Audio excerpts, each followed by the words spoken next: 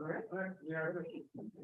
I will call the meeting to order. Roll call, please. Mayor Knopf, Here. Mr. Ambeline, Here. Mr. Sheffield, Here. Mr. Brady, Here. Mr. McQueen, Yes, here. Mr. Rivera, Yeah, here. Mr. Mayor. Here.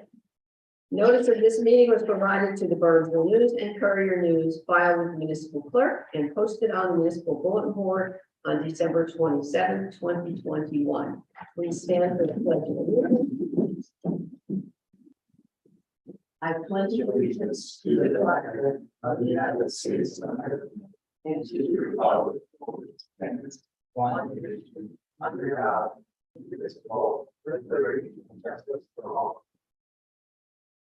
All right, first on our agenda is a presentation on affordable housing, which is really, and thank you so much, Chad and Jack, for the data that, and Chad put it together. It's really,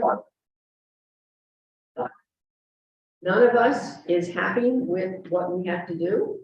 And actually I was pleased to see, and I think I put this in my last, mayor's update, that the Senate is finally having hearings on this. They actually had a panel. It was a back and forth between, mayors and affordable housing advocates. But at least they're starting the discussion. So hopefully, maybe by the time our next assessment comes around, which is 2025, there may be a new formula or a different way to do this, because this has been a real burden on municipalities, especially small ones like us, that don't have lots of open land, and what we do have open, we want to keep open. So thank you for doing this. And just so everyone knows, this has been in process for a long time. So this, it may seem like it just came up all of a sudden, but it's been a very long, slow, drawn out process. And we're actually behind schedule a little bit for what we should be doing in terms of what the court expects of us. So with that, Chad, take it away. Thank you, Mayor. And I apologize to the public if I look this way because the slides are over there and my camera's over there. So if my presentation techniques are looking in the wrong direction, I apologize. I was joking with some of my friends today because I've sort of become the poster child of affordable housing in the borough. Even though this is actually a circumstance that when I ran 3 years ago, I ran against. I don't think the state should be in the position of telling municipalities like ours how to do this. I do think that we have a responsibility to provide housing for all of our residents, but I am against the state actually mandating it the way they are. So Anthony, I'm going to ask you next slide. If you want to put it full presentation mode, I think that'll probably work best if you can. And again, apologies for me looking that direction. That's where we have the slides here in the borough. Presentation. He's on PDF. That's fine. So keep it like that. Yeah, this one here doesn't have.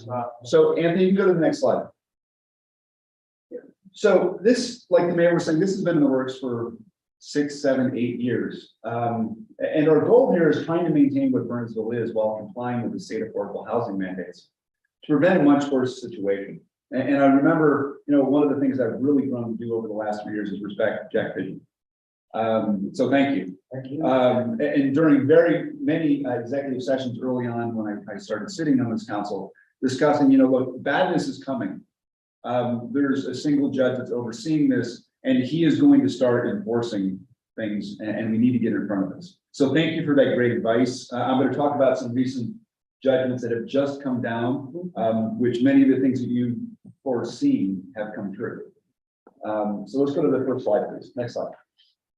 So a little bit of history. In 1985, the New Jersey legislature adopted what's called the Fair Share Housing Act to make a constitutional obligation for municipalities to foster affordable housing. And they formed a group called COA. And you can hear us use that name interchangeably. This was established to create the regulations under which municipalities will be governed and to determine the number of units that municipalities will be required to provide. Like everything else, all good plans sometimes go to the sidelines. And in 2015, the New Jersey Supreme Court dissolved COA's authority. And they appointed a single judge who was responsible to oversee the affordable housing. In today's, national governments, we call them czars. This is very much what this became in New Jersey. Around that time, Burnsville joined 300 municipalities in what was called the Mount Laurel lawsuit. Unfortunately, that coalition lost its efforts. And in 2017, Burnsville agreed to a settlement to build 215 affordable units with what I find to be an overly complicated equation. Thank God for Jack on how we meet this obligation. Sometimes it's 160, sometimes it's 180, depending on what this final number is. Like Jack says, we won't know until we get there. But we did actually negotiate it down from what they originally gave us, didn't we? It's actually 70% of what their experts said we have to provide. Great. So let's go to the next slide, Anthony. So as part of the settlement, Bernersville needs to deliver between 163 and 831 qualifying units. And this final number is very dependent on the path which it chooses. There are many things that I've been critical of that were decided with previous council. This is one that actually I think they've gotten right. As I've grown to understand this issue, I believe that they've chosen the right path for our borough, and thus the reason why I'm here tonight, supporting the path the borough chose to help us go down and meet this obligation. So I think I speak for everyone in this council. That is our intent to keep this obligation as close to 163 units as physically possible. Next slide. So how do we do this? Well, there are two primary options to fulfill the mandate. One of which you may have heard about. It's called a thing called builder's remedy. In this circumstance, we either willingly or through court mandate, and I'll show you some examples of what this looks like. We provide sufficient approved housing massing to accommodate one affordable plot for every 5 to 6 to 7, depending on how this is executed, market rate plots. This is controlled by the commercial builder and private marketplace. If we take this path, Burnsville will see 1,000 or more houses or condos in Burnsville that will be required to meet this requirement. The path primarily that we have selected is what's called the Borough Directed All Affordable Plan. And this is where we provide 100% affordable housing to satisfy the requirement. And how do we accomplish this? And this is something that took me a long time to get my hands around. As a taxpayer, as somebody that tries to keep municipal government relatively small, we need to buy or give property to state-approved housing developers. These state-approved developers require us to build within a half-mile of public transit. And I've heard many grumblings from the public where they talk about, well, these are benefits to the builders. Well, the issue is these builders have to want to work with us. And this is one of the ways that we allow and get builders to build the types of units we want in our borough to come in. If we go down this path, we will end up with 163 to 180 houses or condos in Burnsville to meet this requirement. And I think we're going to get very close to the 163 when we're done. Next slide. Just a little bit about builder's remedy. As everyone's probably aware, many municipalities, including ours in the beginning, we tried to delay the affordable housing requirement, and lawsuits and judge-mandated remedies have become the norm. In this circumstance, a builder's remedy lawsuit is a New Jersey lawsuit filed by the real estate developer in an attempt to force New Jersey town to allow the construction of mass multifamily units. If you look around, you can see many examples of this: the Hills, Bridgewater, Cranford. But the most troubling actually happened last week. Next slide, Anthony. And I'd encourage many of you to go to Google Earth or Google Maps and look at Madison. Madison has remaining very few green spaces. And just last week, this judge mandated that Madison tear down what's called the Drew Forest, their last 160 acres of green space, to build mass affordable units and mass density housing. Next slide. Another example is things that we're trying to avoid, or what are called large mass affordable developments. This is an example from a neighboring town. The town had a population size of 6,000, and this is a 100% affordable plot. And if you think of going back to our mandate, we have to provide at least 163. So this is another example of something that as a borough we're trying to avoid. Next slide. So what is our 100% affordable plan? It's listed here, and actually, Anthony, you may have an older deck, and I apologize. So if you look on the left of the slide, these are things that have moved forward. 210 North Finland, these are senior affordable rental units. And, you know, Jack, if I misstate something here, please jump in. I believe that we get extra credits for senior, and we've maxed out our senior affordable units with this plot. That's correct, for this round, and that's one reason 215 was done on 163. The other plot, and these are three of the more recent that have come to the planning board that have, you know, garnered the attention of many people in the public.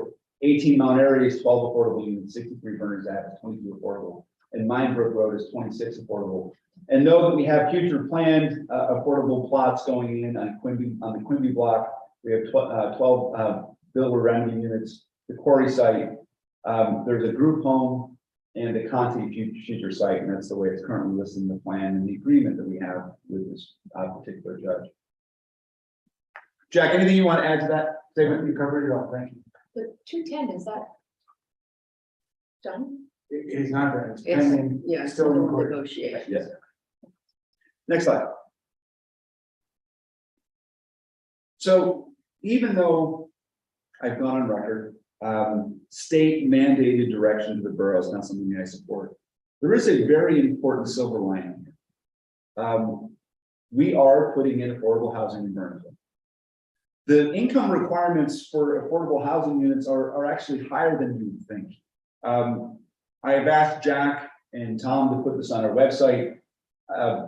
The upper thresholds of income are nearly $100,000 per year for a four-person family. These units that the borough's provided, we provided to RPM builders, they will be built. We would love to see local families occupy these houses. So if you're interested, the information to apply is here, CGP&H Associates.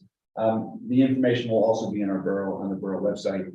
If you're a local family, if this would help you, please apply. And we'd like to see, I would personally like, and I think everyone here would like to see these units go to local family. Next slide. So while this plan, not ideal in many eyes, including mine, this is clearly, in my eyes, the best choice for Burnsville. We did not want to see builder's mandate happen in this borough. And that's in many ways why we wanted to make sure we got this done. So with that, you know, Anthony, if you want to open up to the public for any questions. Well, no, I want to do our regular Proclamation. session, so I'm Okay. gonna read that and then it'll be open. Very good. That's okay. Yep. Thank you, Kat. Thank you. Yeah. I just wanted to add as well, the first round that we had is the Pine Street development. Right. And that was, I have to give former Mayor Peter Palmer credit for that, because that was when we saw what happened in the hills. He really worked with the council to get our own built. We built it ourselves.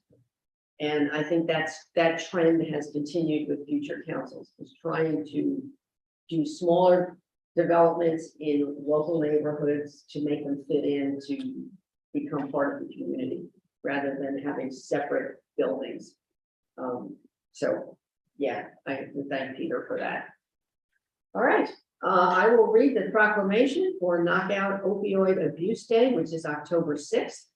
Whereas New Jersey is in the midst of a life-threatening opioid abuse epidemic, and whereas the Partnership for a Drug-Free New Jersey has designated October 6, 2022 as Knockout Opioid Abuse Day, an initiative with multiple purposes to raise awareness of the potential for dependency on prescribed pain medicine and its link to heroin and fentanyl use in our state, to reduce the stigma of addiction and shine a light on the need for recovery support, and to communicate to physicians information on safer prescribing messages found in the Centers for Disease Control and Prevention guidelines for prescribing opioids, which include considering other therapies, setting realistic treatment goals with patients, and discussing with patients the positives and negatives of opioids.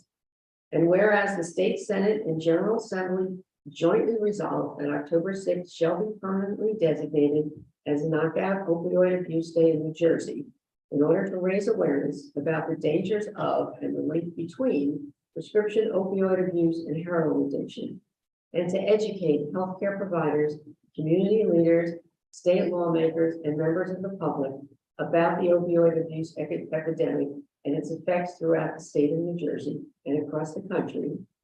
And whereas the Borough of Bernardsville supports initiatives designed to raise awareness about opioid abuse in New Jersey and take steps to prevent addiction. Now, therefore, I, Mary Jane Canos, Mayor of the Borough of Burnsville, do hereby proclaim October 6th, 2022, to be recognized as Knockout Opioid Abuse Day in Burnersville.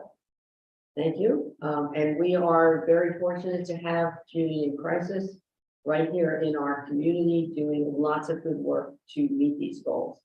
So, all right, now we will go to, oh, we have minutes. Sorry, real quick. Do I have a motion to approve the minutes of August 8th and August 29th? I'll move the minutes of August 8th. I'll second. All in favor? Aye. Opposed?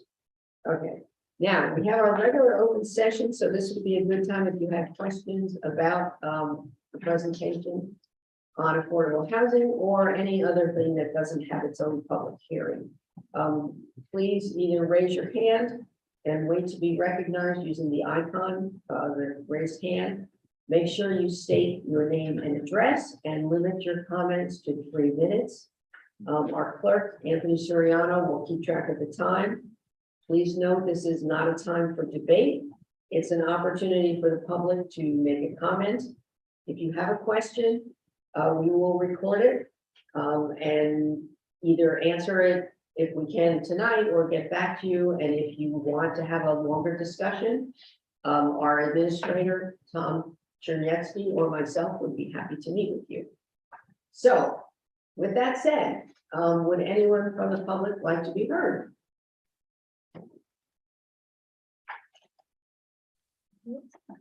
Excuse me. Kathy Peachy. Yeah, Kathy Peachy is, has her hand raised. Okay, Kathy, are you there? I am. Can you hear me? Hi, Kathy. Yeah, just Hi. state your- Good evening. So Kathy Peachy, Chilton Street in Bernardsville. So I have a couple different questions. Well, first of all, is it Chad? Thank you for doing all that work. Numbers is my nemesis, so I appreciate all of your effort.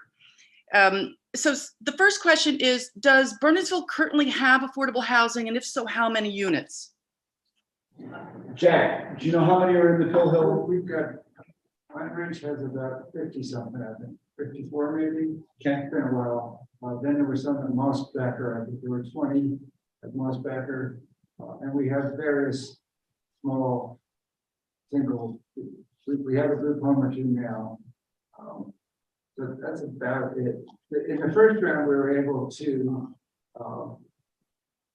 transfer half of our obligation to Britt Emboy, pursuant to what was called the Regional Contribution Agreement. The legislature repealed that section of the Fair Housing Act in 2008, and we can't do that anymore. Kathy, did you hear what Mr. Pickton was saying? Okay, I did hear that. I mean, over 54 or so. So thank you. The second point that I want to make is, or it's kind of a point, not a question. I have no problem with lower income. I might be there one day myself. My concern is Burnsville ignoring existing and established ordinances that seem to be developed to benefit the developments over the town. Some of the developments proposals are pretty variance heavy, I've noticed, and so I just kind of want to put that to the council as a group of people that can, slow things down or double check on behalf of the community. I share a similar concern. I also understand, and look, this is a little bit of a double-edged sword, and Jack, if I misstate anything, please correct me, because I know that you're very good at this.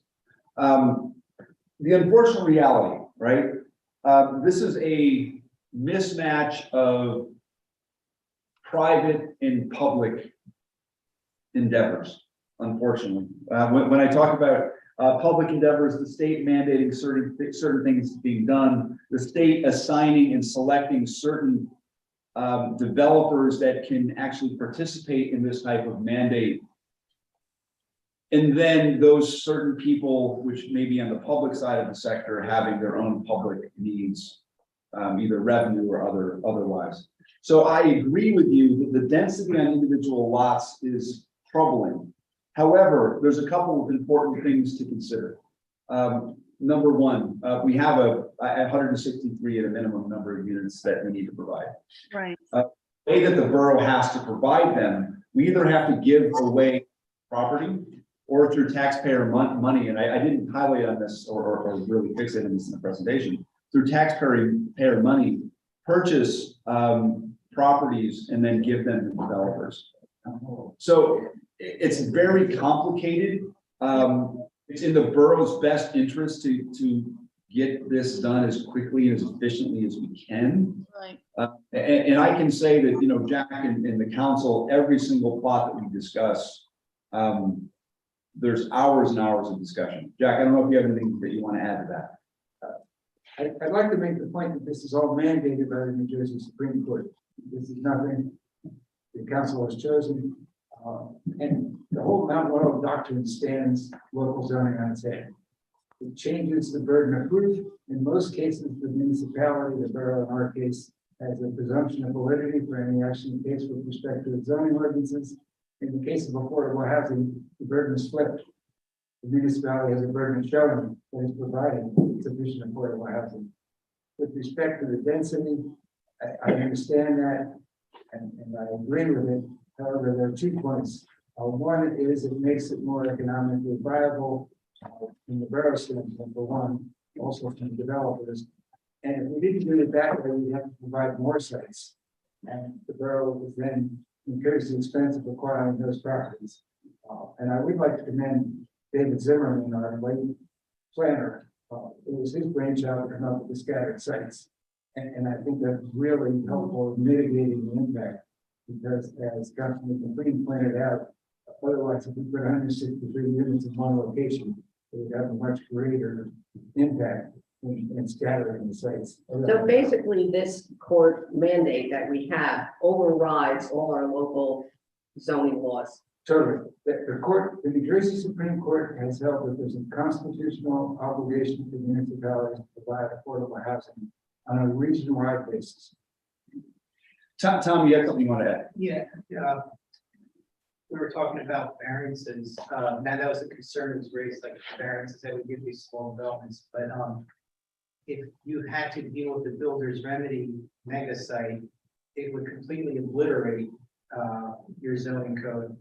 And, you know, quite frankly, by doing some of the smaller sites, we're able to try to fit things into the patterns that are in existing neighborhoods. Well, not perfectly, and clearly variances are needed. At least you're not looking at this big, massive development somewhere that's inappropriate, which they would be entitled to every variance under the sun as well. Katie, I'm the first one to say it bothered me in my soul when we had to spend $1.6 million to buy the Bernersville site. As chair of the finance committee, as a fiscal conservative, as a libertarian, those types of things bother me to my core. The unfortunate reality is I don't think we have better choices, and that's sort of where I think we are with this, Katie. Right. Sorry, did those explanations help at all, or did they confuse the situation? No. I really appreciate it. And actually, I appreciate Mayor Cano saying that maybe the state overrides some of the local zoning stuff. I appreciate that. I was aware that Burnsville bought into or vied for the scattered site as a component of the affordable housing. So I'm aware of that. Then some of the current developments proposed, they only include 1 or maybe 4 at the most. And they're kind of stuffing units in like a sausage, but really not offering that much low income opportunity, low to moderate income. And so I wonder how that affects. In fact, one of them, and please correct me if I'm wrong, but I think it's the one, the 55. No. I think it's the one. And you want to pull up this, It's 0.4 acres, the one at the foot of Woodland, they're gonna put 4 units off-site. They're not even including, yeah, I can answer that. Yeah. That's a group home for developmentally disabled. right, and that's great. Where is that gonna be? so I'll speak to that. That was a builder proposal. Right? To make sure that we separate private enterprise in government. So builders can come, so if a builder is building a new unit, so if you're talking about the planning board decision or discussion that happened in regards to units next to the firehouse. They have to provide 15 to 20% of affordable housing in any new construction.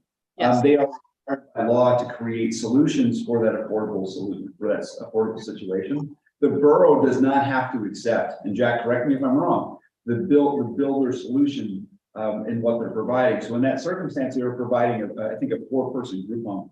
I can tell you that I would reject that out of hand and wouldn't consider that as a good solution for our borough. It's with the planning board. But it's with the planning board. And at the end of the day, I think like the chairman of the planning board did mention that the affordable decision will come to council.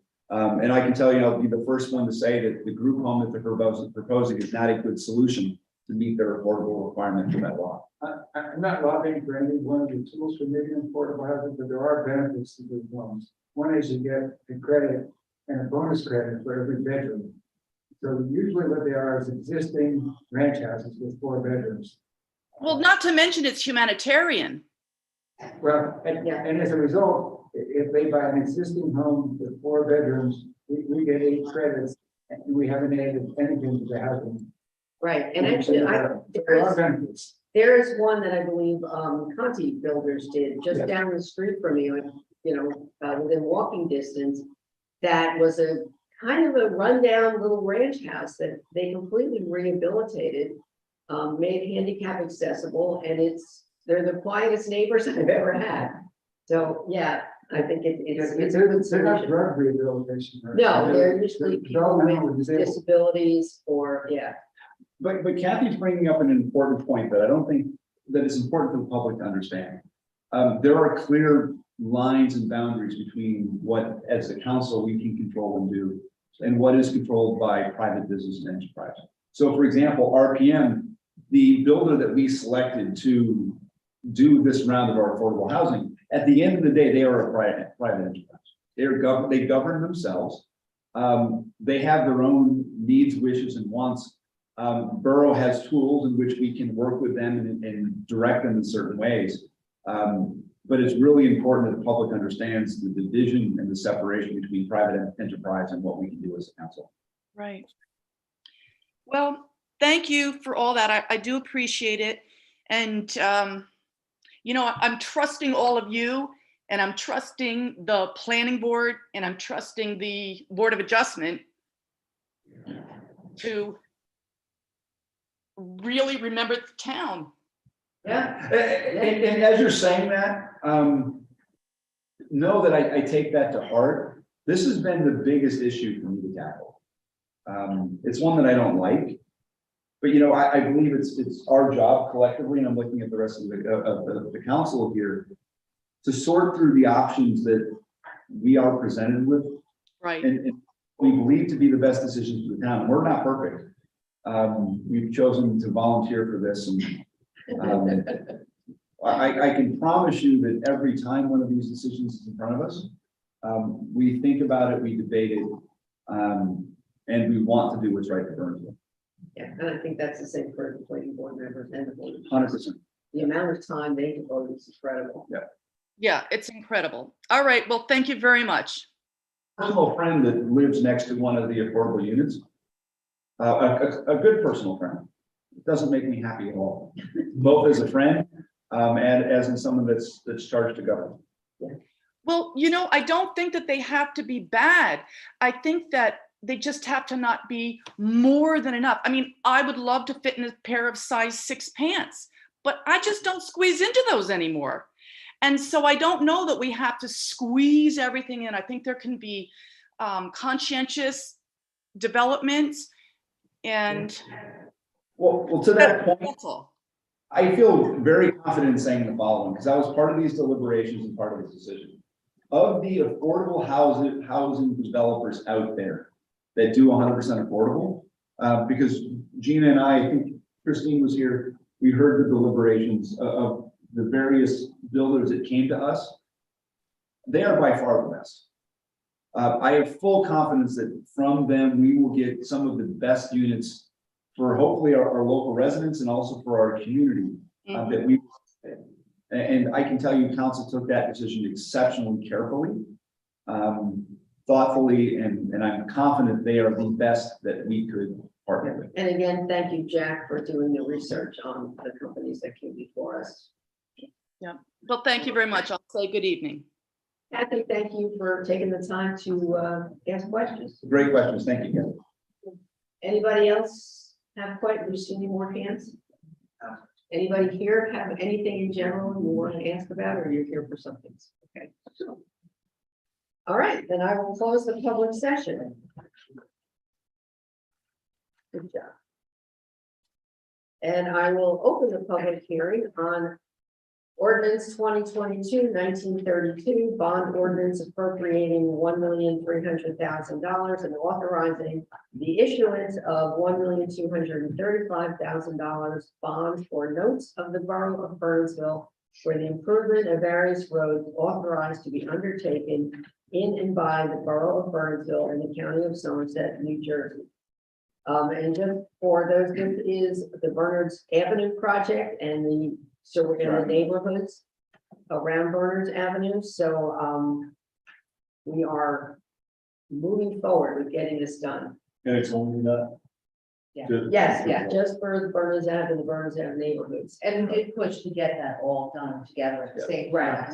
And just to be a broken record, because you guys know me well enough, in order to get this done, and obviously this is a big note, we've removed borrowing from our debt reduction plan for essentially 1 to 2 years, depending on how finances work out. But because we felt this project was so important for a variety of reasons, we're moving this forward. Yeah, and this is actually going to be, it's more than just repaving. This is a real infrastructure, rebuilding the roads so that they will hold up much better and longer. So would anyone in the public like to be heard on this ordinance? Yay. I would like to actually. We'll take you. Carrie, yes. Yeah, so I had a quick question, just given the fact that we have, a fairly sizable affordable housing development that we're going to be putting in at the very bottom of Berners Avenue. How will the trucks that will need to go in there to build that impact the pavement and all the under drainage and everything that we've done? Will we be able to protect that and sustain that when that comes second?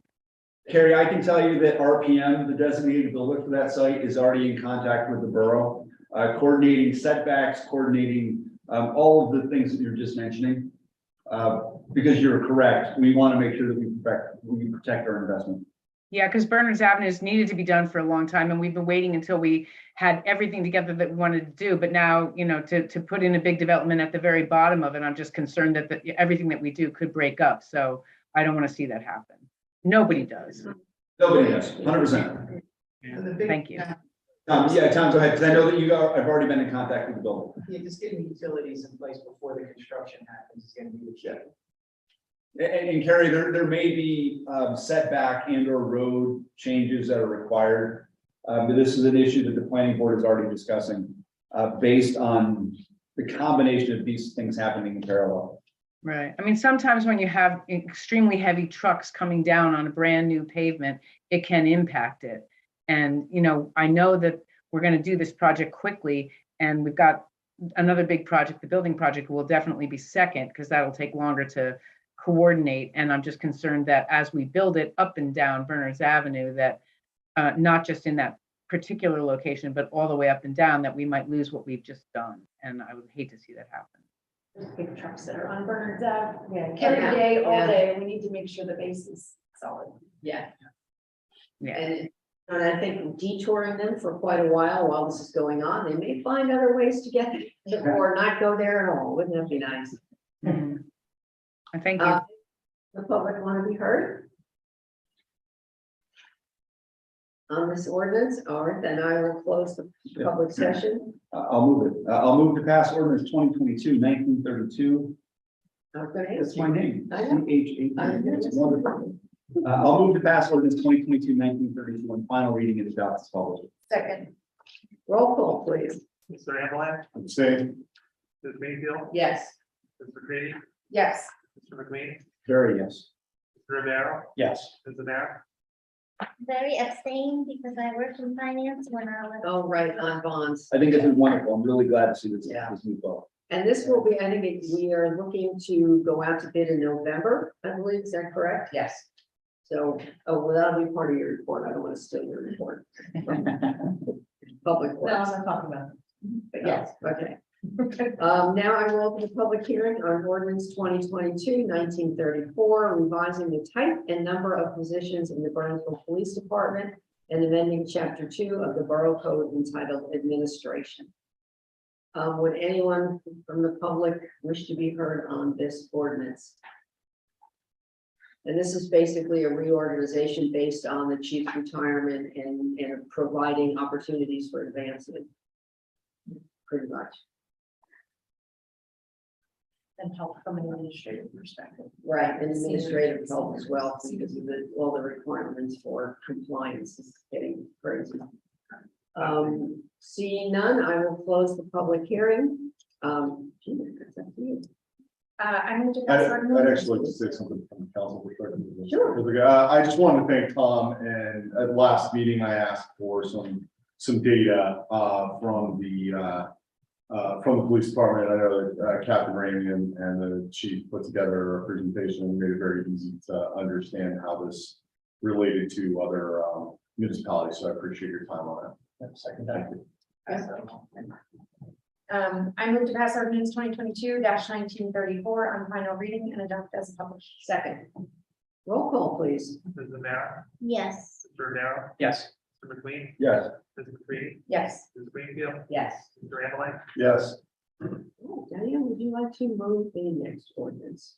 I move that ordinance 2022-1935, allowing the Borough Public Works Committee to grant exception to the 5-year moratorium on issuance of road opening permits for newly paved streets and amending section 14-1 of the Borough Code entitled Maintenance and Use of Sidewalks and Streets be introduced by title, passed on first reading, published according to law, and that a public hearing be scheduled for a meeting beginning at 7:00 p.m. Tuesday, October 11th, 2022. Second. All in favor? Aye. Opposed? Abstentions? All right, moving on to resolutions. There are any that we need more explanation on? I have a comment on 2019-193. Yeah, there also, we're adding one more. They came in late today. I don't have it here somewhere. It's gonna be 195, which is appointing Jennifer McLaughlin to the fire department. So I didn't want to hold it up because when someone wants to volunteer, we want to get them on. So that will be 22-195. So you want to talk about that? Yeah, so look, for right or for wrong, I've always been one that did not watch or participate in social media. However, the last couple months I've started to pay attention, I think, for my work. You know, I've seen many questions or comments from the public about the train station, what's going in there. And again, I think it's important for the public to understand the separation between government and private enterprise. I believe, how many RFPs did we send out for the train station? I think we did 3 or 4 times, right, Jack? That's correct. And we got So one. we got one. So 4 times. One was incomplete. Over the course of about 2.5 years, we solicited requests from a variety of businesses. Any type of business could apply to occupy the train station. We have a great owner, a great restaurant that's going to move into that location. They're going to spend a lot of money of their own money to improve that building. I think it's really important for the public to understand that, look, when private enterprise is looking to come here and looking to do things for our borough, we should support them. And I heard a lot of negative comments today about the type of business and various things. Look, a bakery wasn't interested in coming here. Right. This business was. We tried. We actually put a bakery in the RFP. Right? Desperately looking for a bakery. So again, I think it's really important for the public to understand where government and private enterprise start and finish. And we should support the private enterprises that want to work here and that want to spend money here. And live here. And live here. Lives here as well. And we're really a pass-through entity. We don't own the building, we're leasing it from New Jersey Transit and then subleasing it out. And all income from the station and the parking there can only be used for commuter-related services. So it's not like there's an income to the borough that can be used for general revenues. Yeah, Tom? And just to know, anyone who does come in that wants to do anything of any quality, this is just the first step. They have 2 other state agencies that they need to get through, that they're gonna have to invest some funds to make happen. So that's probably why we didn't get a whole Sure. Yeah, great deal of response. But that's also why I'm enthusiastically supporting MV, their owners, and their willingness to invest here. So Yeah. thank you. because they have the 2 agencies. One is the State Historical Association, and what's the second one? Well, it's the New Jersey Transit. Transit, And of then course, right. anything you might want, like concessionaire's license or anything like Right. that. Well, that would be a third. Yeah, And we know what it's like dealing with transit. Yeah, we did. Thank you, so we got an email today saying they're considering. I know. And it I guess was it's probably- March that we asked for the lease change, and we just got it a few weeks ago, so, yeah. So the fact that anybody wants to put in the efforts to fix up that historic building and make it really something the community will really just be a beautiful contribution to the community, so. All right, so somebody want to move resolutions? I'll move 187? resolution 22-187 through 22-194. 95, thank you. Okay. Roll call, please. Mr. Ambeline, Yes. Greenfield, Yes. Mr. McCready, Yes. Mr. McLean, Yes. Mr. Darrow, Yes. Mr. Mayor. Yes. Okay. And I want to thank Jenny for volunteering. There you go. I know. Yes, Denicola for some of you that might know. She's over in South Bay, but that's when we do. oh, so she's been here. Yeah, I think it's great that we're still getting people to volunteer, and it's wonderful. She's taken the EMT class. Wow, excellent. It's growing. I hear. All right, my update, where is it? Oh, here it is. Yes, this was September 13th. We got the giant check. It's funny, I can't stand it to deposit it though. Take a picture of me.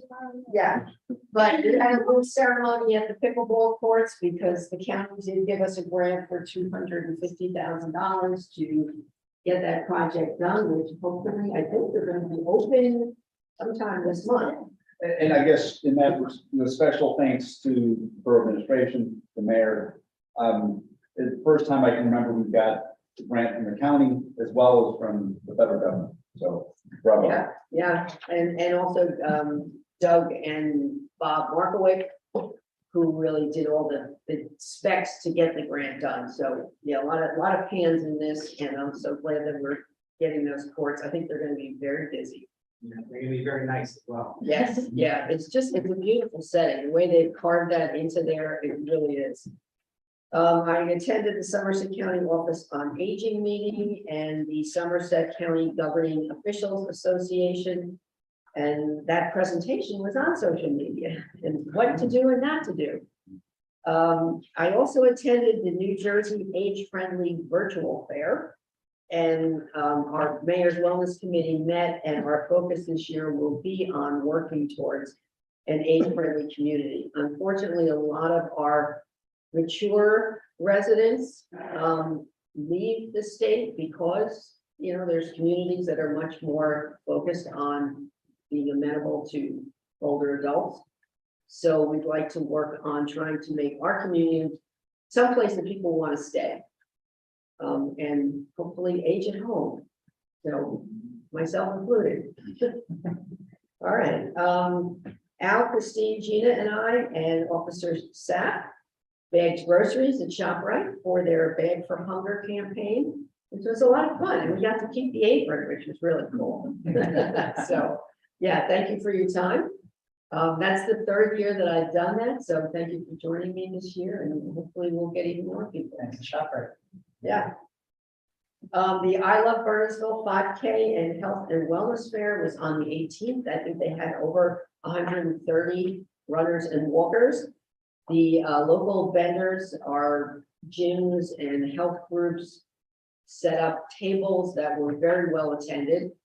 This was also part of the mayor's wellness campaign, recreation and downtown Bernersville all collaborating to, and it was a gorgeous day. So I think it was a great program, and thanks to all who made it happen. I attended the Somerset County Business Partnership event at Sherman Hoffman Sanctuary. It was a hawk watch. We didn't see any hawks, but it was a great way to meet some of the other businesses in the county. Downtown Burnsville, I attended their business mixer for local business owners. They had a mixer at Bistro 73, which was very well attended. There are a lot of new people coming into town, small businesses, home businesses. I've heard of a few other people looking for locations here. So I think, with the impetus we're getting with our downtown, it's really attracting people to come here and open businesses. So that was good. I also attended the Somerset County Stigma-Free Committee meeting, and they will be using some of the peer groups from the high schools to go around to local businesses. I think Community Crisis will be helping with that as well, to get the businesses to sign on as a stigma-free business and to understand what that means. And it's about removing the shame and stigma around mental illness and drug use, or any issues related to those. So coming up this week on Wednesday at noon, I hope you'll join me. I'm doing a ribbon cutting at Boutique Outlet in the shopping center. And I think they're going to have some other things going on. And if you haven't signed up, the Burnsville Theater is doing an Elvis concert on Friday night. So there's a lot of good things going on in town. And that's my report. Tom. A few things, we are anticipating the full Grammys utility plan at the end of the week. So we'll take a look at it at the staff level and possibly have a presentation for council when we meet next. Great. Last week I attended the Somerset County Municipal Management Association. Lots of anxiety going on about the projected increases in the state health benefits plan. A number of us who are in a similar boat are going to try and join forces, see what sort of creative shared service approaches we can come up with. We'll be reporting to you on that as things unfold there. And today we welcome Amanda and Kudovich as our new assistant zoning officer. Great. And I have a few other things, but I don't want to step on the toes of the committee report, so I may come up from behind. Okay, that's great. Now I'm trying to figure out what I'm going to get. We really filled that position very quickly, so I'm glad that we gave Renee a little break there. She's been there by herself for the last few months. That's great. You have all the department monthly reports. A lot of them were catch-ups or from over the summer, so there's a lot to look at. Do I have a motion to approve them? I'll move the department report. I'll second. All in favor? Aye. Okay. Nobody's opposed. Public safety. So we met and a lot of the discussion was around the new organization that we just passed tonight. But we also had, they requested that we refer to the parks ordinances to the recreation committee. Because we have lots of different ordinances, and there's not a lot of consistency across the parks ordinance. ordinances, so we wanted to ask them to look at that, and Bob Mark replied and said that they would, so we'll await that, Chad. Then there's also a pedestrian safety survey that's online. If you take a look at Bernersville Police Department on Facebook, if you're there, there's the pedestrian safety survey that they're looking at some different questions to see how much people are aware of certain laws and rules. It's in English and in Spanish, so available online. If you guys can please go out and take that survey, I think it will help the police department with their Street Smart campaign, which also will be has started really already. Gina, I have a request, and I'm gonna forward the email that I got, which I thought makes sense. If the public safety committee can look at. As you know, we were just hearing the planning board, the building that's next to the fire department. Is there a possibility during higher traffic portions of the day, to put up local traffic only signs in some of the smaller communities, so that way the traffic stays on the primary roads and doesn't try to cut through communities in the way that they're destined? I believe there was a lawsuit about that, wasn't there, Jack? Yeah, We actually had an issue with Jockey Hollow, I guess, the streets closing. Jay, Diane, if you remember, I don't know the details, but like we tried to get the detours to go to the main roads and they kept cutting through and the road was literally blocked. So you had these huge trucks that were trying to turn around on these side streets. So But the lawsuit says that boroughs don't have the ability to do this? We can't stop traffic crossing public streets like that. The chief tried to do it. Yeah. Last time. we answered it. What if we made roads one way?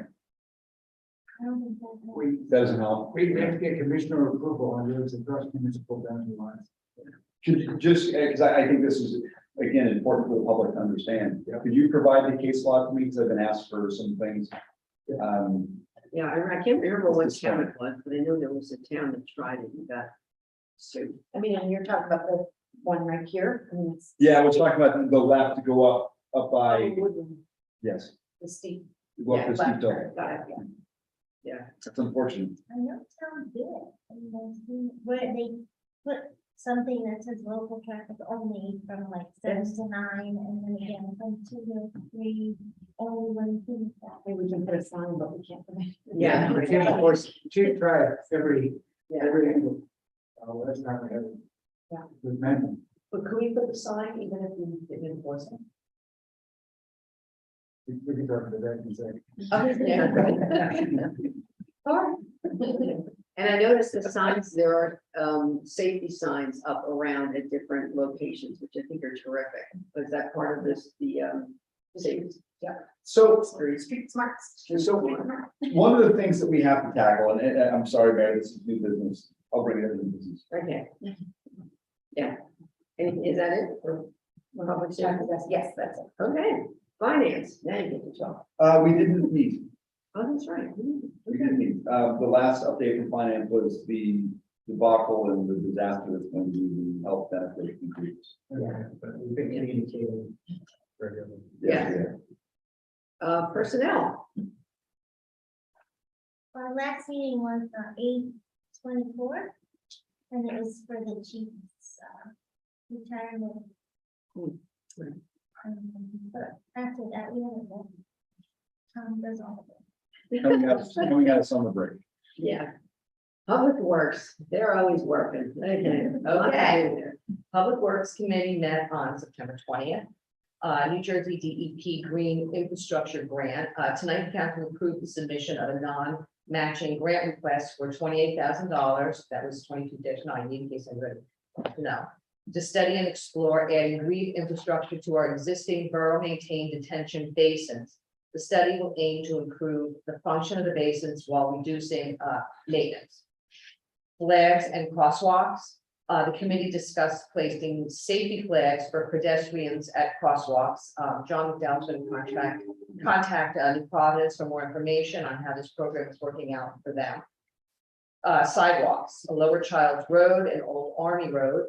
The revision of the Lower Childs Road plan is still being worked on to reflect a 4-way stop.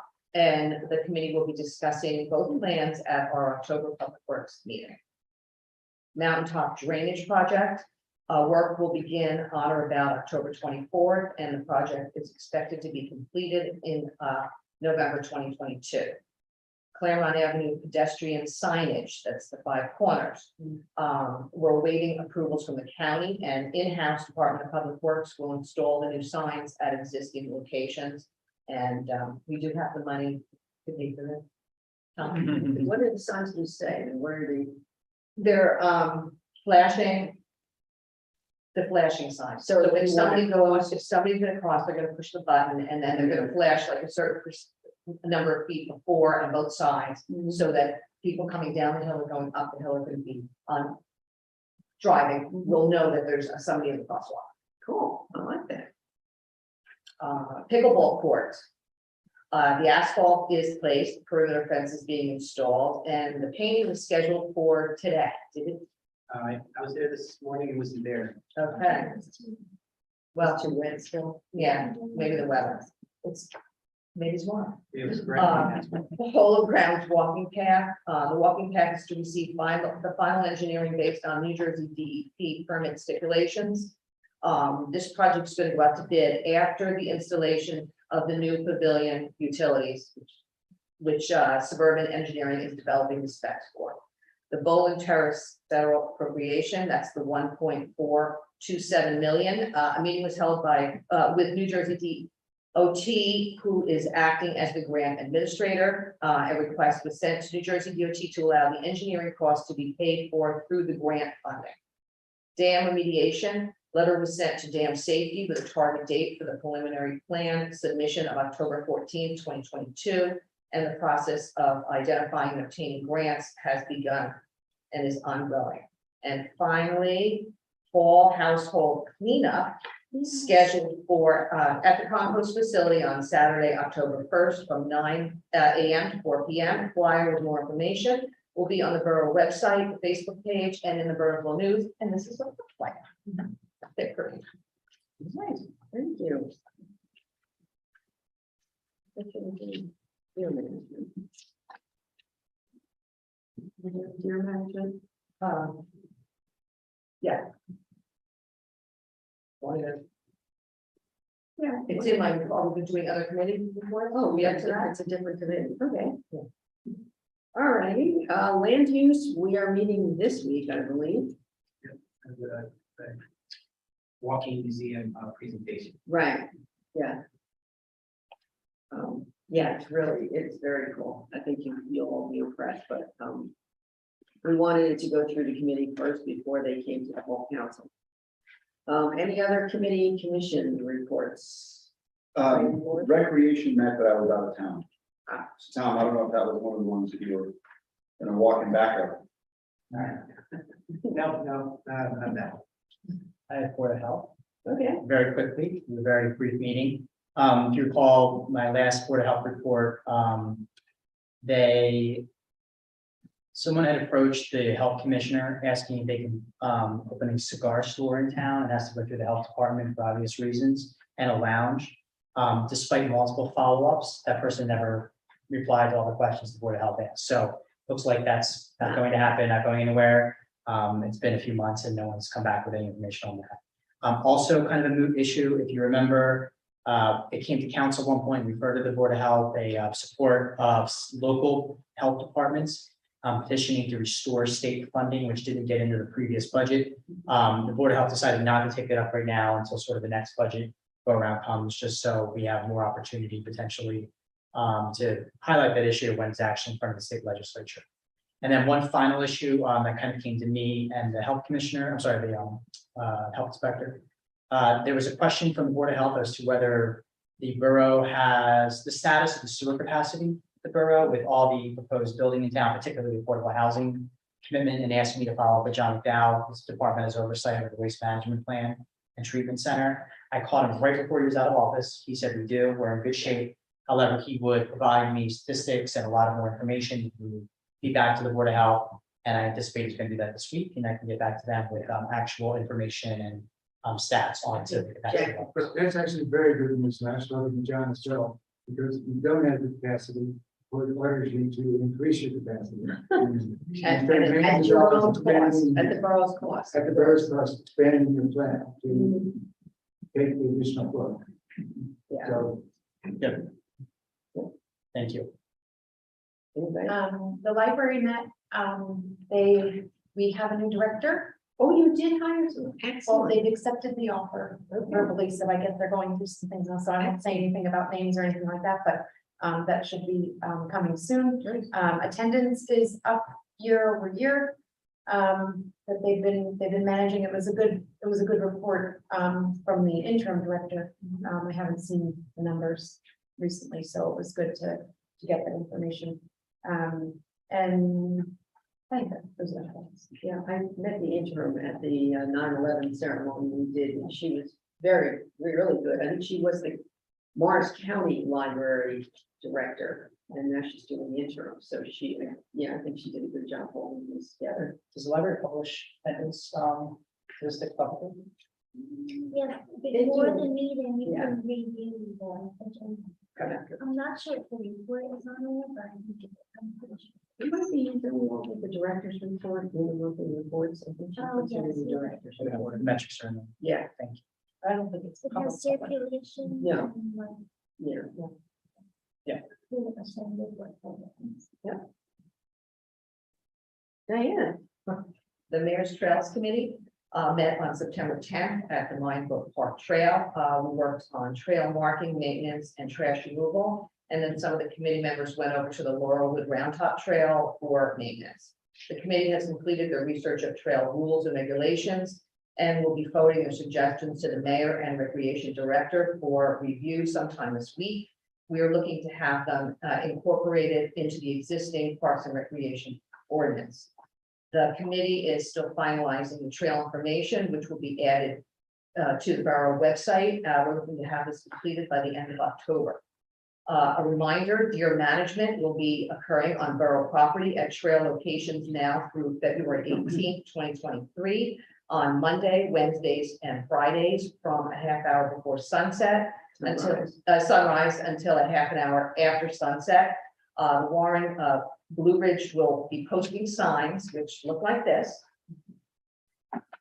at the borough-owned trail entrances, and as far as proximity to where the hunting will take place in relation to the trails, it is somewhat difficult to give exact distances because of the way the trails run. The hunters do stay in the woods and as far away from the trails as possible. They also face away from the trails.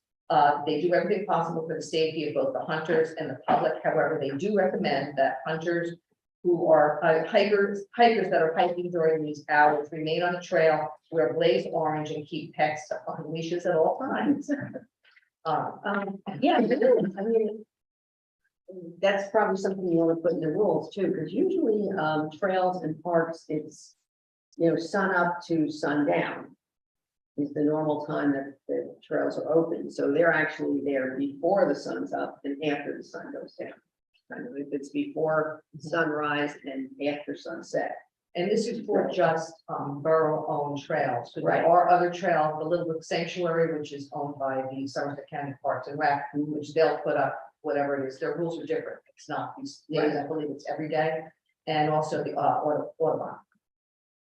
Okay, thank you. Anybody else? Mayor, just to follow up, as the department heads in the announcements, Chief did want me to share that we're talking about the 5 corners and they have the ride wise plan. And so there's going to be a safety campaign that's going to be launched in the coming weeks. Some enforcement that complement the electrical sign initiative as well. We heard the training that the officers received funded through the foundation. They've been spreading the information about school safety. They've met with all the schools in town, public and private, and also are now meeting with the Home School Association because sometimes they use facilities to give them some instructions on what to look out for and best practices. And then we've been meeting quite frequently with the community in crisis between our detectives, learning about resources, and we've also introduced the new prosecutor to the team there. Great. Thank you. All right, Can I bring one thing up for recreation? Yeah. October 6th is Walk to School Day, and recreation is working with them to do like a chalk here and driveway. I saw that, yeah, that was really good, yeah. For, mark your calendars if you're headed to Bedwell or BMS or the high school for Walk to School Day, and there's going to be a contest where you decorate your walkway with chalk. So something fun. It's just like a joint effort between the school system and the rec department. Great, thank you, Christine. All right, and Peter, you have been very patient. So I know we have a request from you for a warm place during the winters for the food distribution. I don't know if anybody had any idea, or if you have an idea. Is there something you'd like to recommend? Just getting, to the point where we'd like to get people used to going to a different location if we will be. The place you have us now has been great, so thank you for that, parking lot. And I only had ever thought of the Little League field at the top because there's a building there that's not being used all winter, and I know it's not complete, soup to nuts, but at least it's covered. And if it's got electricity, we could put a heater in there, a space heater or something. We would even be willing to upgrade it if that would help, obviously want to keep everything in regulation. And it's got, well, it doesn't have to be anything, but if it could be within walking distance of that community, makes a really big difference. It just is, I don't know what it's used for, but what about the chapel there? I don't think it's very active. You'd be really surprised how active that chapel is. Really? Yeah, Oh, okay. and there's some very unpredictable things. They have wakes and funerals there, and you can't predict those. So Yeah. we could be planning a Saturday and sorry, can't be here today. And once the people know where they're going, it's really hard to get the word out Yeah. quickly for the ones who need it. So consistency is really important. And obviously wouldn't have to be all year round, just for the late fall and winter months. The needs really big. We keep serving more people every week, and the economy's not helping. Stock market's not helping people in this room. It trickles down, to people who are in need. I don't mean to, comment on that part as much as just that we're seeing a big demand. And I have Alex here who is our manager on paid staff at our church, and Will, who's a volunteer who has been super helpful. We have a bunch of people from our church that come out every week to volunteer, and others. So if we could just find a shelter from the storm, would be great. If not, we'll keep doing what we're doing. I think we won't get to help as many people as need the help, as they just feel a little restricted on coming out. And we do even give people rides if they need it after they get the food, because it's not easy to carry the kids in 3 or 4 bags. So we're willing to make it as easy as possible. And we have relationships now with more food sources as well. Great. Feeding Hands is the mother organization. Yeah, I was thinking initially about the library, but I didn't know, not the library, the train station, but I didn't know when any work was gonna start work there. And then I thought about the Claremont Fieldhouse, but it's not so close to. Right. Problem with the Kiwanis is it's partially owned by the Little League. Right. We would make a donation, upgrade the property, we want to make it as, win-win for everybody. How's it, so does the town on part of Kiwanis as well, or? Well, it's complicated because the structure and everything inside of the structure is built by Little League. Okay, but on town But property? it's or- town property, something. Okay, I mean, is that the best place to, like to suit your needs that you? All right, some of these great parks, a lot of places to park, it's out of the way, it's easy to get to, but I don't know all the other properties that Yeah, might be accessible. What are the I do days know. and times again? Tuesdays? Tuesdays. Tuesdays, From 3:30 to 4. But just for an hour. I mean, So the train just Tuesdays. I thought that too. the train station's not starting. I mean, stuff to negotiate with NJ Transit and everything. Not a solution through the late fall and winter months. Yeah, it's kind of far to walk though, without our Boylan Terrace walkway. Yeah. Just because maybe there's a transportation fee to and from there, just because you mentioned transportation. Could we possibly put up a temporary shelter on Kiwanis? Temporary shelter. Yeah, Like, A Like- tent, like like a heater or 10, like a tent. and Yeah, heated tent. just thinking it not that. might be, Something like that.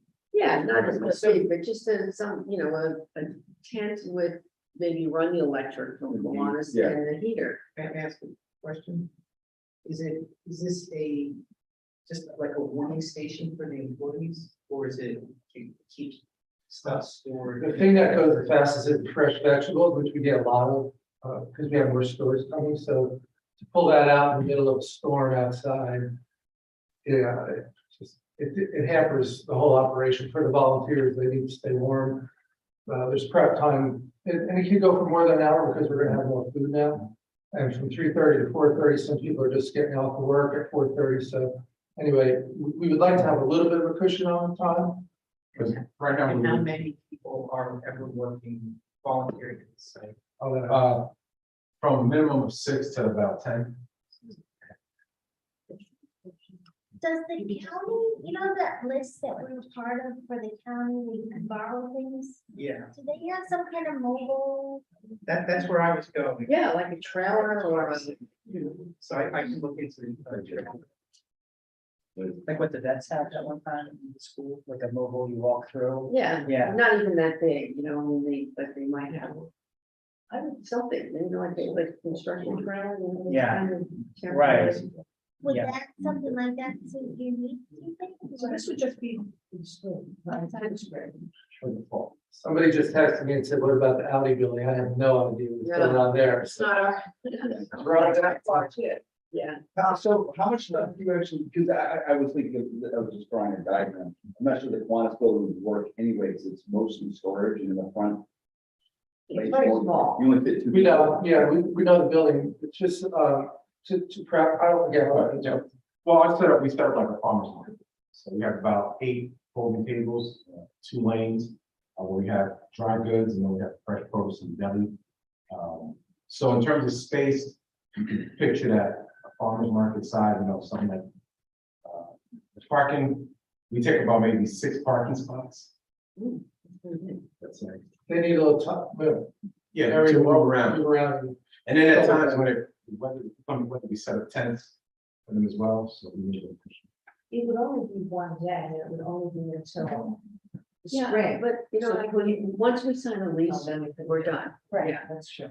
But I'm thinking even if it's that size, I think, if we put up a tent for the winter. And leave it there with a heater. At Kiwanis. You mean like an enclosed tent? Yeah, like a. Yeah, okay, with a tent with flaps and whatever, and you have a heater. in Yeah, it, that's what I mean. And then you can put table in it. Set up your tables inside the tent. I'm just throwing that We're all out. having COVID flashbacks when you say that. Yeah. And there's schools around putting heaters inside tents. It's good. It's all good. I'm just saying. But I mean, just to put 6 tables, or like 6, the size of 6 parking spots is much bigger than the Kiwanis. Yeah, I mean, they usually have 2 adults. Okay, I have another question. What about the Ammerlin lot for right now? That's what they're using now. I know, Oh, to put the tent there. yeah. It would be the same location. I will look into it. Or if the county has something that That's they, what I was gonna look yeah, first, to see what OEM has. Sometimes we inherit stuff and we do nothing. Yeah. Sitting around. Right. Everything is 2 things. One is, might not be in the other thing, is the Americans. oh, that's right, they're gonna be digging it up. Construction make the decision. Would that impact our current use of it? That's only on one corner, that's not on the whole. Right, exactly. It's down the. Is that a check, Scott? Yeah, it's on the front side.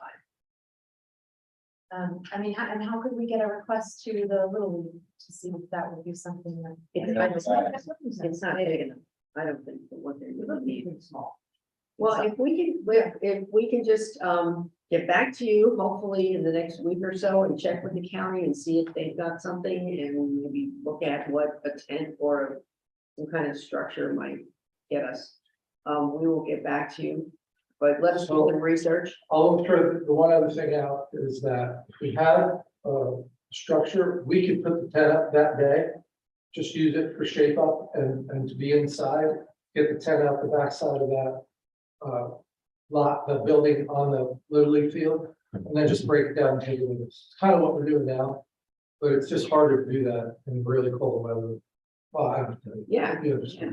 So whatever, if we could, like I said, we'd be willing to make a donation, we get it, the Little League is a fundraising operation, so. Just an idea. I know ask the Brian. If it's raining or snowing heavy, are you still operating?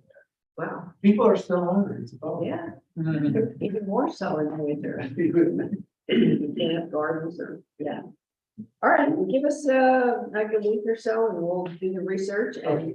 Thank you. Actually, again, about the time, we're revisiting about just in our time because when school started, some of the clients were getting there late because they had to pick the children, Right. a lot of things. And some of our clientele have done jobs that they've done later. So we're trying to revisit what's the ideal time, possibly maybe extend it another half hour, just to give you guys perspective in terms of how much time. Yeah, I would think you'd need more than an hour. Yeah. for- It just goes so fast, and then they get used to us coming to the waiting there when we get there and. It's Well, American way. thank you for doing that. It's a really, Sure. really great project and. It's a great town. The library's too far away. I'm open to any suggestions. I wouldn't rule that out. Just, it's getting cold. Yeah. Comes to school, if they keep it away from school. Yeah, It sounds pretty small. yeah. We're thinking of the field house at Claremont too, because that's Do you know empty. where that is? I know Claremont Road, I'm not sure where I'm Claremont. When you Stop come in for the field. field and then you read. Big, a relatively big building. It's a bright red building, kind of at the back. So where, if you go, turn up from the bank, Wells Fargo Bank, and you go up the hill, Yeah, how far up? it's Claremont? before you get to the 5 quarters, Okay, before that. well, I would consider that for sure, it's close enough for sure. I mean, it's not right in the neighborhood, but it's close enough. I think the building's heated. too. Yeah. Oh, it's great. Which stock price is going up. Running, I have to imagine it's the plus. And there's a bathroom. And it's about- Oh, yeah. Yeah, he can take a look at it while you're looking Yeah. at the other options. If that's not too One of far, these- that would actually be a better option. Is it near where the art gallery used to be in 55 degrees? Just right past that. Further. yeah. Just have that. Peter, I'll organize it for you. Thank you. My sheriff director up there has designs on it at the moment, so. Okay, That's just. keep everybody happy. It's only an hour, yeah, it's about 2 hours on one day, it's not. No, but if they do have some records that they do. after school. Yeah. All right. Thank you all for your Thank you. volunteer time. We'll find something. Yeah. Well, who's the, when you ask the little child. I don't think we had any correspondence, did we? I didn't see any, okay. Any unfinished business?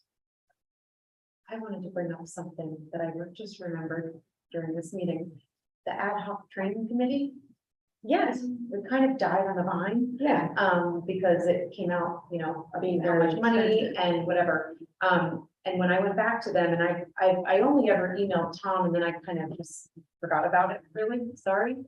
But they were asking if we could put a question on a referendum. And I know we couldn't do it for this November, it would be next November if it went there. But they wanted to see if that was a possibility to ask the residents if they would be willing to pay for that. What? It's the train, Those gates, the special gates in order to have. so that you have a quiet zone.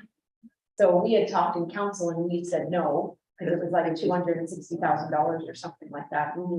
But so when I went back and said council's not supportive, they said, well, because we didn't want to fund it because it was so expensive for only the two. Only the 2 crossings, Yeah. not all 6 that we have in the couple miles. So they said, can we put it on as a referendum? Why don't they raise money with funds? It's a lot of money to raise. Well, Yes. but everybody else in town, I like the train. I don't want to take the train. I mean, people like the sound of the train too. You can't. Well, that's why they're saying they already put it on as a referendum, then you can vote, but say yes or no. Do a petition to get it on as a referendum? Yeah, you can have a non-binding referendum, but as Jean said, it would go next November. Right, So the action would have to be taken by August 18th or something. I think it's right. like 84 days before. Yeah, somewhere along it. Yeah, I think the one, by the time I emailed Tom and he gave me like the next meetings and we have to do it by August, and I was kind of like, it's definitely not gonna work for this year, but then I'm remembering it tonight, so I was like, oh, okay, so maybe I'll talk with you, Jack, Tom, see what, I don't know, but I mean, unless anybody has any other ideas about what we can, like, how do we know, how do we poll, I don't wanna put another survey out. I mean, from my perspective, I can't find it in the general budget. No, right, that's why we killed it. So it would have to be a referendum where people are voting to Right. increase their taxes. Yeah. And this council may make the Two trains We're gonna do the stop. exact same people next year. You have to wait till after January. Yeah, We can make the that's decision. right. But this doesn't affect the other four No, crossings that make the same amount of noise. right, And there's 6. there's. it'll Exactly, be so it loud. affects two, not the other four, so it's really not solving. There's There's another six. Yeah, no, there's 8 in total, 2 of them are on private property. Oh, well, that's even Four more, more, so it's private affecting property. two, not six. Yeah. So what noises is gonna prevent really?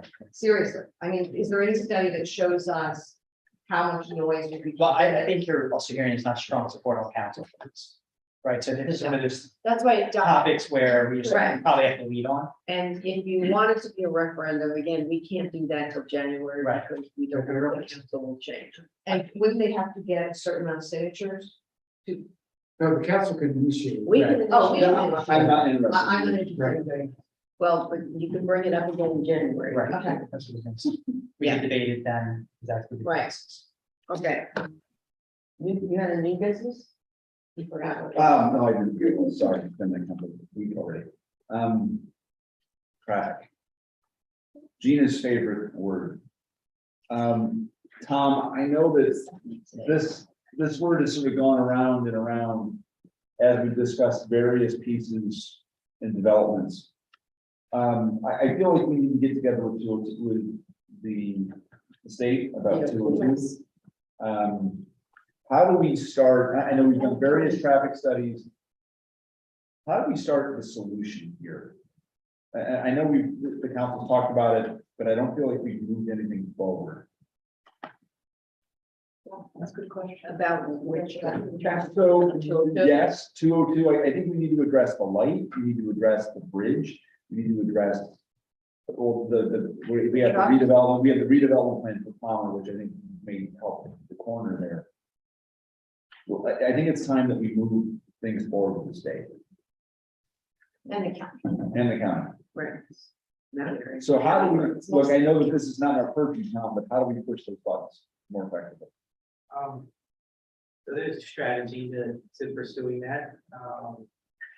Probably not best discussed publicly. And I think Joe could probably tell us how we work with the county. Yeah. We can talk about it. Yeah, So is this an executive session conversation? No, one on, just to start, because there's options and different Yeah. strategies you can take. I think one of the most important things, though, I would say that we can do as a government is to be clear as to what our 1 and 2 and 3 priorities are. right. And not kind of redirect every now and then. Okay. Sometimes like we hear, there might be a pedestrian issue in one place, then we ask the county and the state to focus on that. I find it's very effective if towns are known for their one thing at a time. I think our one thing at a time right now is the 202 intersection, the light, the bridge. Now you're. And so that starts by making everyone that aware that that's our number one issue at the state. Does everybody agree that that's our number one issue? Or am I stretching? As far as the state. As far as traffic, Well, And yeah. then we'll see what else is on the list. Yeah. 5 corners is another issue. So yes, I was gonna say That, that. yeah, but I think with the street smart and ride wise, we've been working on that. They have the sidewalks So there's I'd rather see a full list of what we've got going on with the state and the counties, so that we can. Yeah, I think, clearly, not maybe too soon to bring this up, but we did place Palmer into an area of redevelopment. I think that will be our very first shot at the apple, and we should see what other people are able to do with their money to help our cause, and then how we can engage the state to move that along. Would probably be the way, that's what I'm thinking. And anything with that project is going to involve DOT and the county. Yes. Because it's impacting, even just changing the entrances and exits, you need their approval. So that I think would be our first conversation. And just so council can aware, like if you talk to the state about traffic issues, right? They have rankings on what the typical report card, like A, B, C, D, A, B, C, D, F, right? So I spend a lot of my time. And they'll tell you what's failing and what's not. So, and like we could say, well, this intersection is failing in our mind, but they'll point to like 2 or 3 other things that could be either because of accidents, fatalities, or other things are their number one app. So it's good to know where you rank too. So those conversations are important to have with the state. I mean, this is my global concern. So every applicant in front of the planning board, they hire their planner, their traffic expert that says it's 12 more cars is not going to impact traffic. And that's happening independently. And I understand the state and the county controls that road. However, we have to be in front of it. Right. We can't start addressing it when it's too late. Right, and from the aggregate, not from the Yes. individual traffic studies. Yeah. I mean, another issue, I would think that safety issues, like the fatalities are important. The slower the traffic, the less likely that is to occur, so it kind of almost pushes you to the bottom of the list, because it's such a choke point, Only at certain times of the day, or other times it's. There was Racing over the bridge to catch the light. I guess I Yeah. haven't seen that, but Yeah, but none of you probably remember when the state came to us. And Jack does, and wanted to put a suicide lane on 202 in front of all the shopping centers. yes. It's that middle lane where people can go. Like everyone would jump, Yeah. second lane, number check. Yeah. Right then. That'd be and you never know if like who's coming the other way, if you're in it to turn left or right. And the chief at the time and the council put a lot of effort into stopping that. That mainly because they felt once you put that lane in, then people go whipping past and you can't hold the speed limit down. The reason I bring up the redevelopment stuff is that I think a lot of our problem has to do with not with a lack of dedicated turning lanes. Yeah. And then the bridge, the railroad crossing is a big. Yeah. There's not much you can do about that. You'd have to widen the bridge. Is that NJ Transit? Is that Yeah. NJ Transit? We'd They have to own the engage there. bridge. Yeah. And you'd have to widen that bridge to make an effective right turn lane pretty much, but. Yeah, I mean, So even you the have left the turn. state, lane, the county, you have to be told and the that three transit. cars there, right? Yeah. And how long did it take us to get our crosswalk in front of? Too long. Which people aren't using, which really bothers me. I keep seeing people jaywalking in that section. Yeah, still because they park where they park and then And they they just run across and say, "Here's a, we put this here." I think this is gonna be a priority for us when we keep moving through the redevelopment process. Yeah.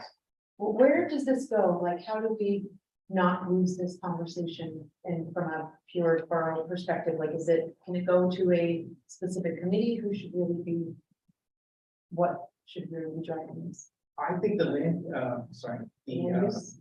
our land use committee is gonna be where it starts. And when does it need to initiate? Because like I said, I don't want to be behind it. I know that there are years that are going to pass from now and when something happens. So I would say, first of all, when we start working on the redevelopment plan, and, we assign that task to the planner to work on the plan, we have to communicate that that is an important aspect of it. Because that's where you can start building in financing. and other long-range planning.